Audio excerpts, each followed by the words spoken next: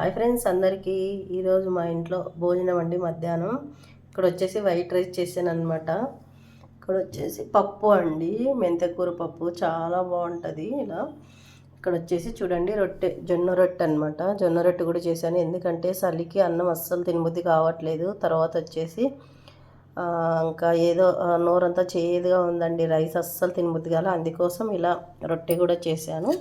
అందులోకి ఇలా పచ్చిమిర్చి కూడా వేయించాను అనమాట. ఇలా రొట్టి పచ్చిమిర్చి చాలా ఇష్టం ఫ్రెండ్స్. మీకు ఎంతమందికి ఇష్టమో కూడా కామెంట్ బాక్స్లో కామెంట్ చేయండి.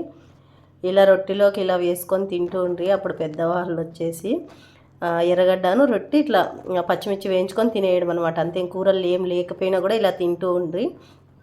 అందుకోసం ఈరోజు అలా అనిపించి ఇలా చేసుకున్నా అనమాట రొట్టెను. తర్వాత మిరపకాయలు తిందామనేసి. అలాగే మీరేం చేశారు కూడా కామెంట్ బాక్స్లో కామెంట్ చేయండి. మన ఛానల్ మీకు నచ్చినట్లయితే లైక్, షేర్, సబ్స్క్రైబ్ చేయండి ఫ్రెండ్స్. బాయ్ అందరికీ.